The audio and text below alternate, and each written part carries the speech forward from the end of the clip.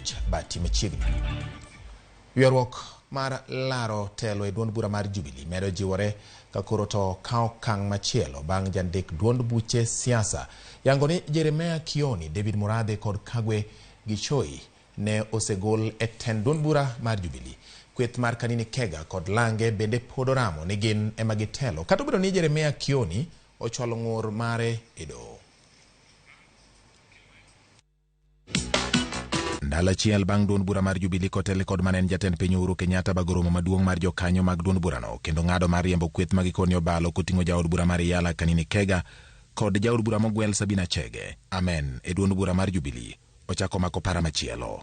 Gwenyruok e weche koro neno e apisi ma ochung'ne ndiko duond buche siasa e Thurka. E kinde ma kweth motelnegi kod Jeremiah Kioni oramo ni gin ema gin kod teko mar tayo duond bura mar Jubilee koting'o luongo bura mar jokanyo kendo ng'ado kaka itayo duond burano. Kweth motelnegi kod Kanini Kega bende chal kama ne osedhi ma oduo wi pi ne Kioni ka jandik duond buche mag siasa. Maling'ling' lieko ni e kinde mane Jeremiah Kioni otero boke ne jandik duond buche siasa manyiso kaka romo margi mawuok tich jumani nobedo. Ne oyudo ni kweth mar Kanini Kega ne osendiko ne apis mar jandik buche siasa ni Jeremiah Kioni kod jotelo mamoko masire lwedo e duond bura mar Jubilee ne osethich oko e kombe mag tend Jubilee. Ma en kata obedo ni achiel kuom gik manitie oboke mane Kioni otero ne jandik duond buche siasa en ni Kanini Kega kod Sabina Chege nyothich oko kaka jokanyo mag duond bura mar Jubilee kendo lemo manopod negi bende omagi.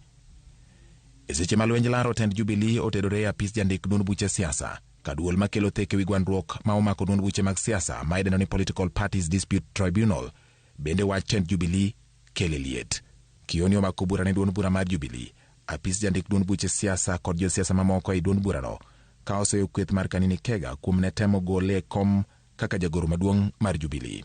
Kaluwore kod duol makelo thek e duond buche mag siasa, chik koro gigolo machungo paro mora mora mar golo Jeremiah Kioni e kom nyaka bi winji mang'ad weche ma otenore kod larruok e kind jotelo mantiere duond bura mar Jubilee tarik 31 dwe mar 5 mar higani. George Bati, Ramogi TV.